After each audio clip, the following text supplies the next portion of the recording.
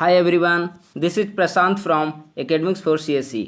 Friends, आज के इस वीडियो में मैं आप लोगों के साथ 66वीं बीपीएससी मुख्य परीक्षा की करेंट अफेयर सीरीज के तहत आप लोगों के साथ संयुक्त राष्ट्र संघ, उसके अंतर्गत संयुक्त राष्ट्र संघ की जो अंग है सुरक्षा परिषद और भारत टॉपिक पर आप लोगों के साथ चर्चा करूंगा।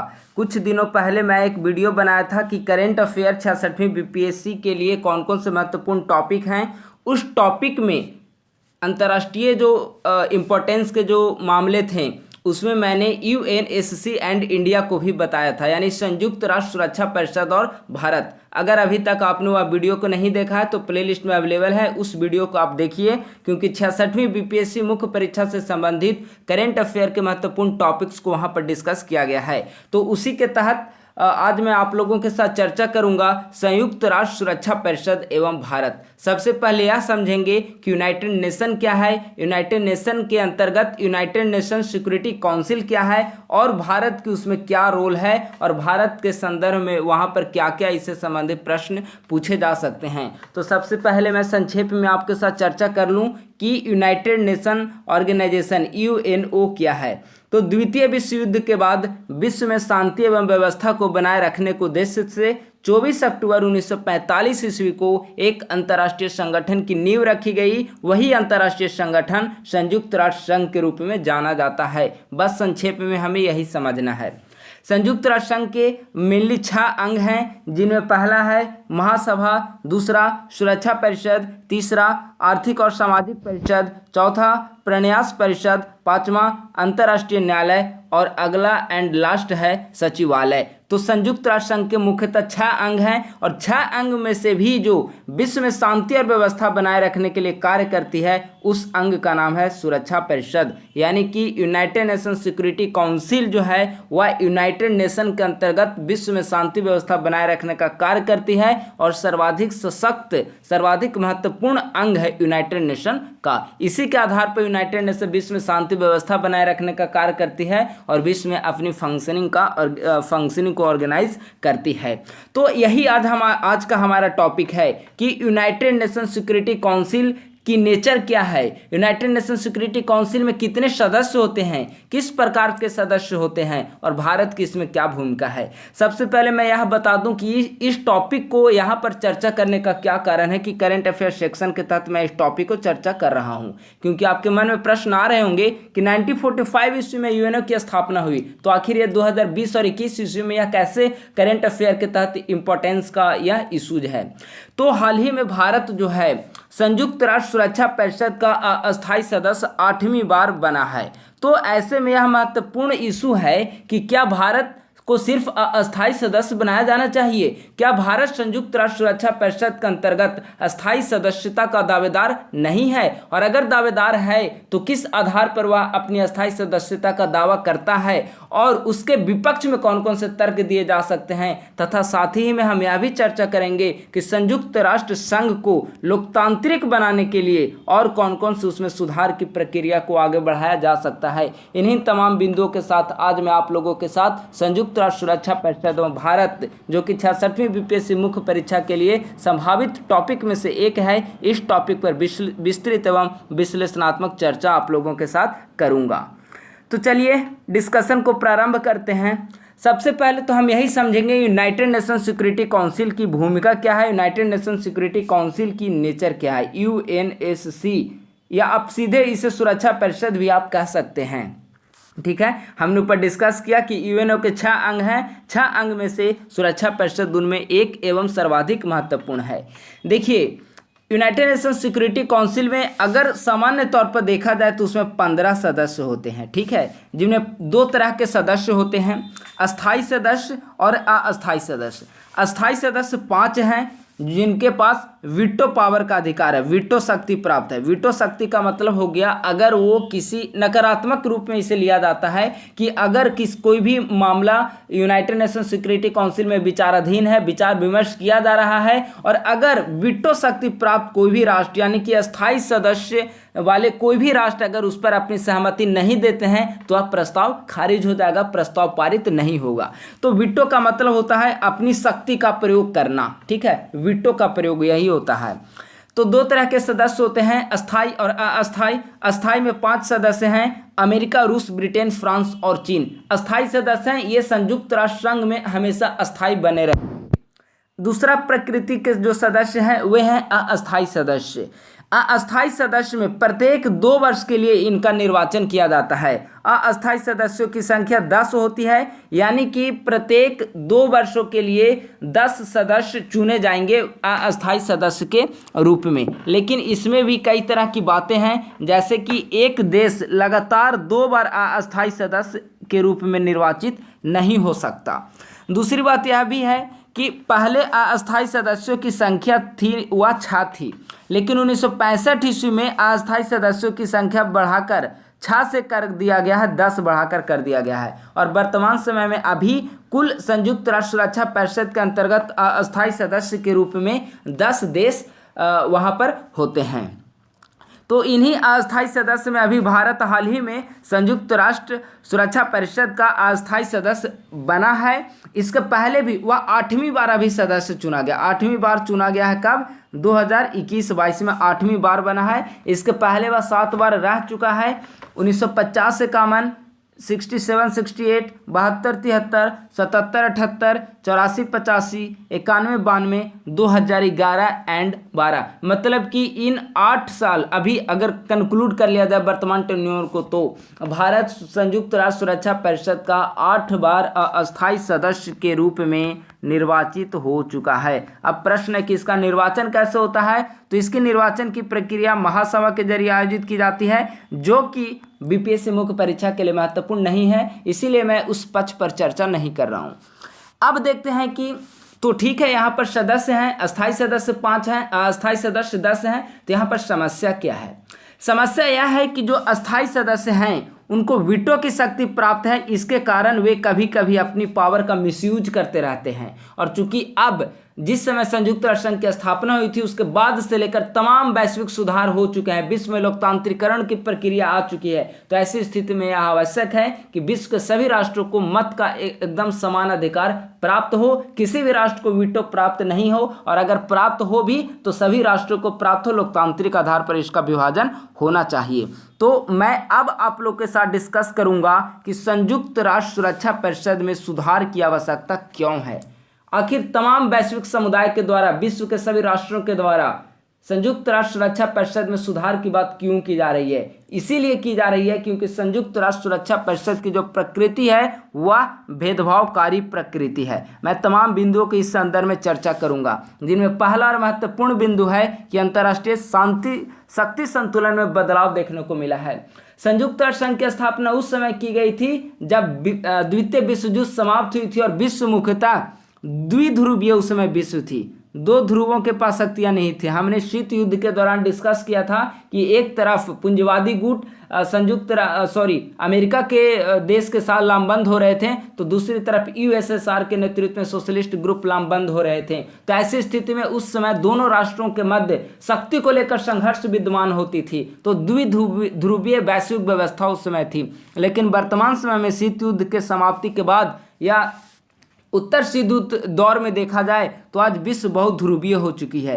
कोई भी एक राष्ट्र आज प्रमुख शक्ति के रूप में नहीं है। जहां अमेरिका, चाइना जैसे कंट्री सैन्य पावर के रूप में मजबूत हैं, तो भारत, ब्राजील, जापान जैसे कंट्री हैं इकोनॉमिक पावर के रूप में भी मजबूत हैं। चाइना भी इकोनॉमिक पावर में आएगा। तो इस तरीके से जो आज शक्ति का जो संतुलन है विश्व के कई ध्रुवों की ओर मुड़ गया है। एशिया में जहां भारत भी एक शक्ति संतुलन के रूप में है, चाइना भी एक शक्ति संतुलन के रूप में है, अमेरिका की भी यहाँ पर भूमिका है, रशिया की भी यहाँ पर भूमिका है, और परमाणु संपन्न कई ऐसे राष्ट्र हैं। पाकिस्तान परमाणु संपन्न है, इजराइल के पास अघोषित रूप से ही सही लेकिन परमाणु संपन्न राष्ट्र है। तो दुनिया के तमाम आज कई सारे राष्ट्र हैं जो कि परमाणु संपन्न हो चुके हैं। यानी हम कह सकते हैं कि आज विश्व में जो शक्ति है, यानी कि पावर जो है, किसी एक राष्ट्र के पास नहीं है, बल्कि इसका कई जगह के यूएसएसआर का जैसे ही कोलैप्स हुआ तो रशिया आज एक सुपर पावर के रूप में इमर्ज कर चुकी है व्लादिमीर पुतिन के नेतृत्व में। तो आप यूएसएसआर के रूप में रशिया,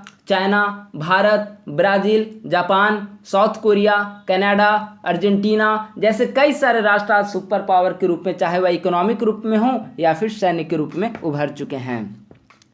ब्रिटेन एवं फ्रांस की कमजोर स्थिति।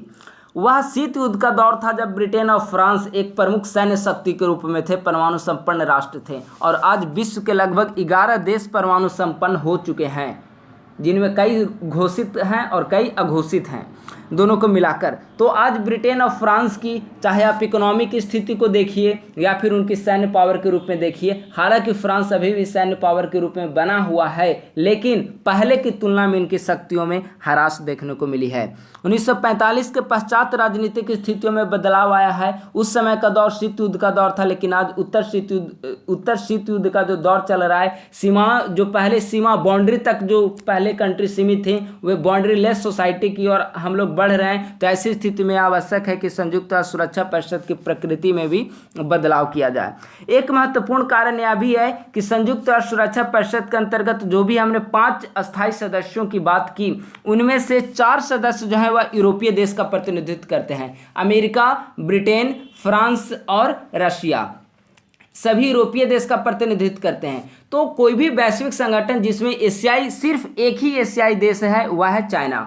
ठीक है, यानी कि आप विकसित और विकासशील देश के भी रूप में ले सकते हैं कि जो भी इसमें सदस्य हैं वे 4 विकसित देश हैं। अमेरिका, रूस, ब्रिटेन और फ्रांस 4 विकसित हैं और ये सभी यूरोपीय हैं। इनमें एक विकासशील है, वह है चाइना, और एक एशियाई है, वह है चाइना। तो आप समझ सकते हैं कि जो भी यूएनएससी बना हुआ है उसमें यूरोपीय देशों को अधिक प्रतिनिधित्व दिया गया है, विकसित देशों को प्रतिनिधित्व दिया गया है। तो विकासशील देश अपनी मांगों के लिए कहाँ जाएंगे? एशिया के कंट्री को वहाँ प्रतिनिधित्व क्यों नहीं दिया गया है? अफ्रीकन मेंबर वहाँ पर क्यों नहीं है? लैटिन अमेरिका के कंट्री वहाँ पर सदस्य के रूप में क्यों नहीं है? तो इसीलिए यूएनएससी पर यह लगातार प्रश्न उठते रहता है कि यूएनएससी के जरिए मतलब इसका लोकतांत्रिकरण किया जाना चाहिए और विश्व के सभी महाद्वीप से राष्ट्रों का चयन किया जाना चाहिए। अफ्रीकी महाद्वीप से भी आप कोई भी जो अच्छा कंट्री है उसे आप वहां पर चूज कर सकते हो। एशियाई महाद्वीप से, ऑस्ट्रेलिया से आपको लेना होगा। यानी कि सिर्फ विकसित देशों और यूरोपीय देशों का प्रतिनिधित्व नहीं, बल्कि विश्व के, चाहे वह विकसित देश हों, विकासशील हों या अल्प विकसित देश हों, गुटनिरपेक्ष देश के हों, थर्ड वर्ल्ड जो द्वितीय विश्व युद्ध के बाद जिनका इमरजेंस हुआ हो, फर्स्ट वर्ल्ड से संबंधित हो। फर्स्ट वर्ल्ड का मतलब पूंजीवादी गुट, सेकंड वर्ल्ड का मतलब होता है सोशलिस्ट गुट, और थर्ड वर्ल्ड का मतलब होता है कि जिनका जो भी राष्ट्र सेकंड वर्ल्ड वार के बाद जो इमर्ज हुए, लाइक इंडिया, पाकिस्तान। ठीक है, तो इस प्रकार से वैश्विक स्तर पर नई चुनौतियां आजकल उभर चुकी है। जिस समय संयुक्त राष्ट्र संघ की स्थापना हुई थी उस समय नई चुनौतियों के रूप में सिर्फ और सिर्फ साम्राज्यवाद और उपनिवेशवाद चुनौतियां थी, लेकिन आज क्या है? आतंकवाद की समस्या है, शरणार्थी समस्या बहुत बड़ी समस्या है, पर्यावरण संरक्षण का इशू आजकल आ रहा है, साइबर क्राइम, कई सारे ऐसे हैं, है ना, मानव तस्करी, मानवाधिकार का मुद्दा है, कई सारे ऐसी चुनौतियां हैं जो आज इमर्ज कर चुकी है। ऐसी स्थिति में वैश्विक संस्था का लोकतांत्रिकरण करना होगा ताकि वहां पर सभी राष्ट्र अपनी वैश्विक सहभागिता का निर्वहन कर सकें। इसके साथ ही साथ सदस्य संख्या में भी वृद्धि हुई है। जब यूएनओ की स्थापना की गई थी तो इसके सदस्य मात्र 50 थे, और अगर वर्तमान समय में देखा जाए तो इसके सदस्य संख्या बढ़कर 193 हो गए हैं। तो ऐसी स्थिति में आवश्यक है कि उसकी प्रकृति में बदलाव किया जाए। अब चूंकि हमने देखा कि संयुक्त राष्ट्र सुरक्षा परिषद में बदलाव क्यों किया जाना चाहिए, तो अब प्रश्न है कि आखिर अस्थायी सदस्यता के दावेदार कौन कौन हैं, कौन कौन से ऐसे राष्ट्र हैं जो अपनी विश्व की जो अंतर्राष्ट्रीय संस्था है संयुक्त राष्ट्र संघ, उसमें अस्थायी सदस्य के रूप में अपना दावा कर रहे हैं। तो इसमें 2 तरीके के संगठन सभी देशों ने बना रखा है, जिनमें सबसे पहला जो प्रमुख संगठन है वह G4 कंट्री। G4 कंट्री का मतलब होता है ग्रुप 4, ठीक है, जिनमें Bharat, Germany, Japan and Brazil, इन 4 देशों के द्वारा मांग की जा रही है कि हमें संयुक्त राष्ट्र संघ का सुरक्षा परिषद के अंतर्गत अस्थायी सदस्यता मिलनी चाहिए। और इसमें G4 कंट्री इन्होंने खुद को ग्रुप 4 के रूप में नामकरण किया है। वहीं इसके अगेंस्ट में कॉफी क्लब एक संगठन है। ठीक इसके जो भी इसके सदस्य हैं उसके पड़ोसी देशों के द्वारा मांग की जा रही है काउंटर के रूप में कि हमें भी अस्थायी सदस्यता मिलनी चाहिए। जैसे G4 कंट्री में भारत है तो यहाँ भारत के विरोध के रूप में पाकिस्तान खड़ा हुआ और पाकिस्तान का कहना है कि हमें भी मिलनी चाहिए। जर्मनी है, उसके विरोध के रूप में इटली, जापान है तो साउथ कोरिया, ब्राज़ील है तो अर्जेंटीना। तो इस तरीके से इसमें कुल 13 देश कॉफ़ी क्लब में शामिल हैं। वहीं G4 में 4 देश शामिल हैं और इन सभी का कहना है कि हमें संयुक्त संयुक्त राष्ट्र संघ के सुरक्षा परिषद के तहत अस्थायी सदस्यता मिलनी चाहिए। अब हम अपने महत्वपूर्ण टॉपिक पर आते हैं कि क्या भारत को अस्थायी सदस्यता मिलनी चाहिए, और अगर मिलनी चाहिए तो क्यों मिलना चाहिए। भारत संयुक्त राष्ट्र संघ के कौन कौन से मानक को पूरा करता है, इन बिंदुओं पर चर्चा करेंगे कि भारत को अस्थायी सदस्यता क्यों।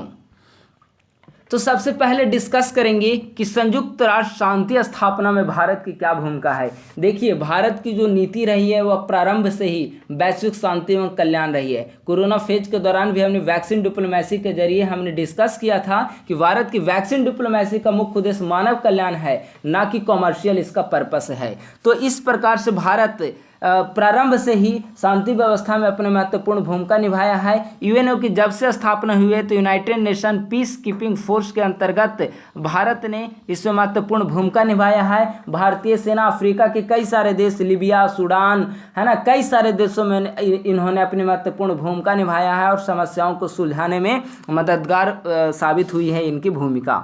विश्व की 5वीं बड़ी अर्थव्यवस्था है, अमेरिका है, चाइना है, जापान है, जर्मनी, उसके बाद हमारा इंडिया आता है। तो आप देखिए कि विश्व की 5वीं बड़ी अर्थव्यवस्था है, दूसरी बड़ी यहाँ की जनसंख्या है, यहाँ की चाइना के बाद भारत विश्व के लगभग 16.5% आबादी भारत में रहती है। तो यह आवश्यक है कि इतने बड़े क्षेत्र को इग्नोर नहीं कर सकते आप किसी भी अंतर्राष्ट्रीय संस्थान में प्रतिनिधित्व के रूप में। तो यह आवश्यक है कि चूंकि हमारे यहाँ जनसंख्या काफ़ी अधिक है, मानव श्रम है हमारे पास, विश्व की 5वीं बड़ी अर्थव्यवस्था हम है। अगर हम क्रय शक्ति के रूप में देखें तो क्रय शक्ति के रूप में भी भारत की स्थिति अंतर्राष्ट्रीय स्तर पर काफ़ी अच्छी है। तो इकोनॉमी, पॉपुलेशन, इन सभी मामलों को देखते हुए भारत और विश्व में एक प्रमुख स्थान रखता है।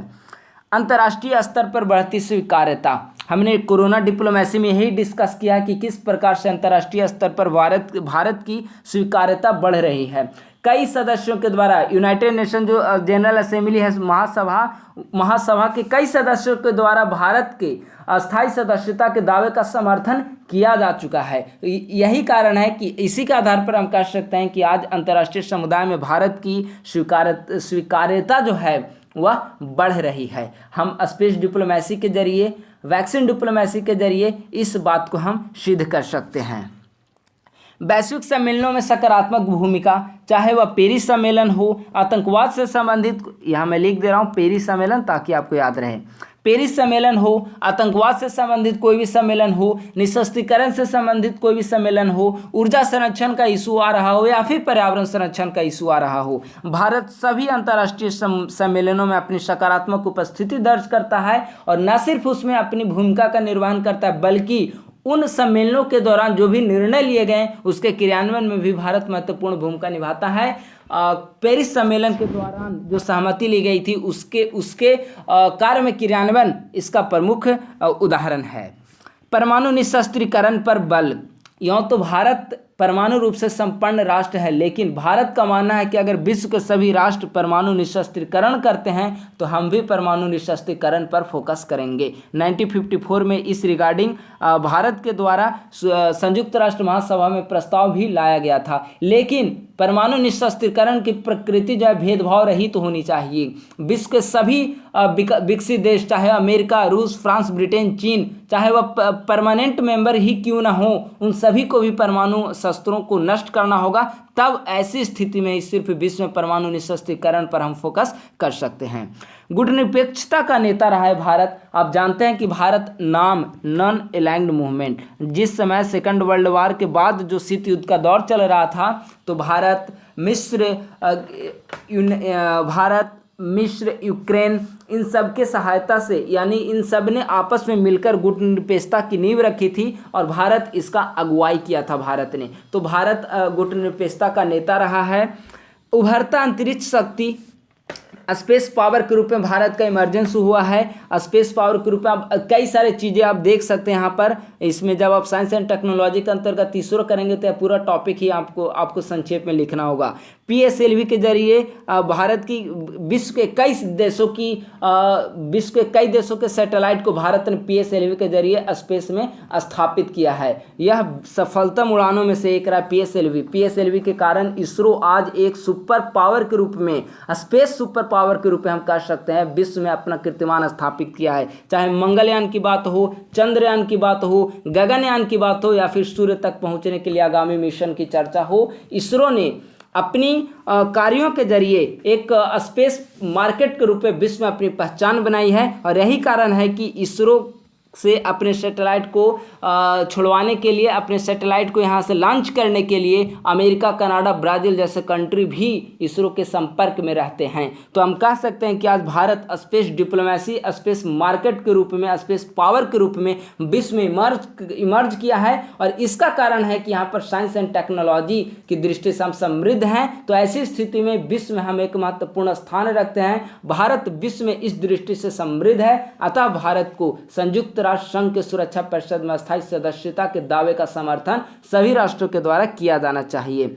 लास्ट और प्रमुख है कि हम परमाणु संपन्न राष्ट्र हैं। परमाणु संपन्न राष्ट्र में भी एक जिम्मेवार परमाणु संपन्न राष्ट्र हैं। हमने इस संदर्भ में नीति भी लाई है और प्रमुख सैन्य शक्ति के रूप में भारत आज विश्व में जाना जा रहा है। सैन्य शक्ति के रूप में सबसे बड़ी थल सेना, चूंकि चाइना के बाद का थल सेना हमारे पास बहुत बड़ी संख्या में, हमारे पास आर्मी, नेवी, एयरफोर्स सभी आधुनिक शस्त्रों से लैस हैं। तो एक भारत आज एक सैन्य शक्ति के रूप में अपनी पहचान बनाए हुए है। परमाणु संपन्न जिम्मेवार राष्ट्र के रूप में भारत अपनी पहचान बनाए हुए है। विश्व का सबसे बड़ा लोकतांत्रिक देश है, विश्व की दूसरी सबसे बड़ी आबादी है, विश्व की 5वीं सबसे बड़ी अर्थव्यवस्था है। यहाँ का स्पेस मार्केट, भारत का स्पेस डिप्लोमेसी, वैक्सीन डिप्लोमेसी के जरिए विश्व के सभी राष्ट्रों के मध्य मानव कल्याण पर फोकस कर रहा है। तो ऐसी स्थिति में वैश्विक कल्याण की भावना को देखते हुए भारत को संयुक्त राष्ट्र संघ के सुरक्षा परिषद में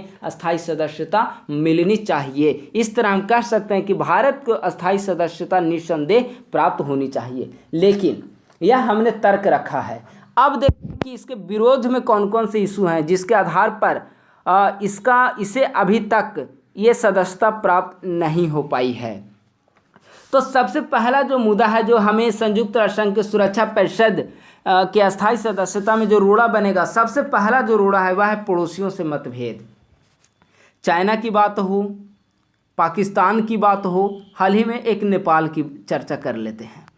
तो इन सभी देशों के साथ सीमाई विवाद में भारत उलझा हुआ है। चाइना के साथ आपने देखा है कि कई महीनों से गतिरोध चल रहा था, अब जाकर यह गतिरोध समाप्त हुए हैं लद्दाख में। पाकिस्तान के साथ आए दिन बॉर्डर पर संघर्ष विराम की घटनाएं देखने को मिलती है। और हाल ही में नेपाल के द्वारा भारत के 3 क्षेत्रों पर आपत्ति जाहिर की गई। हालांकि भारत ने उसका खंडन किया है, भारत ने उसकी बात को मानने से मना कर दिया है। तो इस प्रकार से हम देखते हैं कि चाइना, पाकिस्तान, नेपाल, कई देशों के साथ भारत सीमाई विवाद में उलझा हुआ है। और यह अंतर्राष्ट्रीय स्तर पर संदेश जाता है कि जो राष्ट्र अपने पड़ोसियों के साथ मतभेद को सुलझा नहीं पा रहा हो, वह अंतर्राष्ट्रीय संस्था में अस्थायी सदस्यता का दावेदार कैसे हो सकता है। कम वित्तीय भागीदारी है। यूनाइटेड नेशन में अगर देखा जाए तो भारत की भागीदारी कम है। इसके अलावा अगर जापान को देखें, जो कि सुरक्षा परिषद का सदस्य नहीं है, लेकिन इसके बावजूद भी भारत से ज़्यादा उसकी हिस्सेदारी है। तो यहाँ पर हमने एक पॉइंट भी दिया है कि अगर एशियाई देशों में कोई भी एक राष्ट्र को सुरक्षा परिषद में अस्थायी सदस्यता प्राप्त होनी चाहिए, अगर ऐसी कोई सिचुएशन आती है तो भारत को एशिया में जापान से प्रतिस्पर्धा का सामना करना पड़ेगा, क्योंकि जापान की इकोनॉमी भारत से अच्छी है, जापान की सोसाइटी भारत से अच्छी है, जापान की वित्तीय हिस्सेदारी भारत से अच्छी है। तो ऐसी स्थिति में भारत को जापान से ही प्रतिस्पर्धा का सामना करना पड़ेगा और यह अधिक संभावना है कि जापान इस दृष्टि में भारत से आगे निकल जाए। तो इसके लिए भारत को अभी से कई स्तर पर कार्य करने होंगे। भारत को हाल ही में अंतर्राष्ट्रीय स्वीकार्यता जो मिल रही है, भारत सरकार के द्वारा इस दिशा में उठाए गए प्रमुख कदमों का ही परिणाम है। कॉफ़ी क्लब एक रोड़ा बने हुए हैं। हमने डिस्कस किया कि कॉफ़ी क्लब में वे सभी राष्ट्र शामिल हैं जो G4 कंट्री के अगेंस्ट में हैं। Pakistan, Italy, south Korea, Argentina, कई सारे ऐसे कंट्री शामिल हैं। तो कॉफ़ी क्लब के द्वारा भी इसका विरोध किया जा रहा है। अस्थायी सदस्यों की भी ढुलमुल रवैया है। जब भी संयुक्त राष्ट्र सुरक्षा परिषद में अस्थायी सदस्यता की बात आती है और अगर भारत की बात आएगी तो यह बहुत अधिक संभावना है कि चाइना के द्वारा वहाँ वीटो का प्रयोग करके भारत को अस्थायी सदस्यता से बाहर रखा जाएगा। लेकिन हाँ, इसकी बैकडोर डिप्लोमेसी भी कई मामलों में देखने को मिलती है कि कई मुद्दों पर चाइना के साथ बार्गेन किया जा सके ताकि उस मामले में वो हमारा समर्थन करे। तो यह हमारी डिप्लोमेसी का एक हिस्सा होगा और निस्संदेह भारत सरकार इस दिशा में निरंतर कार्य कर रही है। एक और महत्वपूर्ण जो कारण है जिसके कारण आज हम पिछड़ रहे हैं, जिसके अस्थायी सदस्यता नहीं मिल पा रही है, उसमें सबसे बड़ा कारण है कि जो भी अंतर्राष्ट्रीय सूचकांक हैं उसमें भारत का स्थान निम्न है। चाहे आप ह्यूमन डेवलपमेंट इंडेक्स की बात करें, सस्टेनेबल डेवलपमेंट गोल की बात करें या फिर GHI की बात करें, ग्लोबल हंगर इंडेक्स की बात करें। अगर ह्यूमन डेवलपमेंट इंडेक्स की बात करें तो 2020 में हमारा रैंक है 131। अब समझिए कि हम कितना पिछड़े हुए हैं। ह्यूमन डेवलपमेंट इंडेक्स में मानव विकास सूचकांक में 131 स्थान है। वह राष्ट्र जो है वह किस प्रकार से अपना दावा कर सकता है।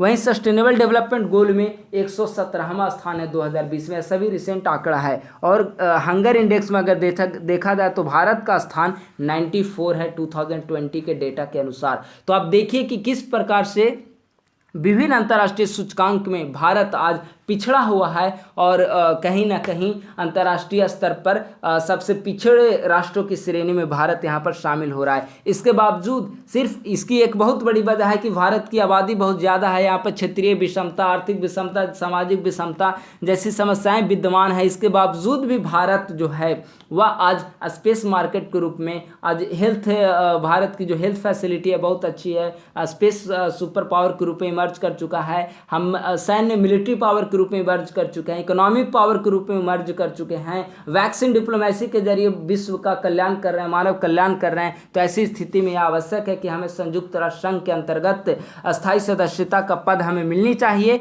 और यह आवश्यक ही नहीं है, समय की मांग भी है कि भारत जैसे एक बड़े राष्ट्र को जो कि स्वतंत्रता के बाद से हमेशा लोकतंत्र का समर्थन किया है और न सिर्फ देश के अंदर लोकतंत्र का समर्थन किया है बल्कि कई अंतर्राष्ट्रीय मुद्दों पर भी इसने लोकतंत्रीकरण का समर्थन किया है। तो ऐसी स्थिति में आवश्यक है कि भारत को संयुक्त राष्ट्र संघ के अंतर्गत अस्थायी सदस्यता मिलनी चाहिए और भारत सरकार कूटनीतिक एवं रणनीतिक मोर्चे पर इस दिशा में निरंतर कार्य कर रही है। तो इस प्रकार से आज की हमारी क्लासेस समाप्त हुई है। आज की जो हमने क्लास में जो डिस्कस किया हुआ UNSC एंड इंडिया जो कि 66वीं BPSC मुख्य परीक्षा GS पेपर 1 सेक्शन 2 समसामयिकी के अंतर्गत तथा साथ ही साथ पॉलिटिकल साइंस ऑप्शनल वाले स्टूडेंट्स के लिए भी यह लेक्चर आज का काफ़ी ज़्यादा महत्वपूर्ण है। मुझे उम्मीद है कि हमारा यह लेक्चर आपको पसंद आएगा। Thank you very much.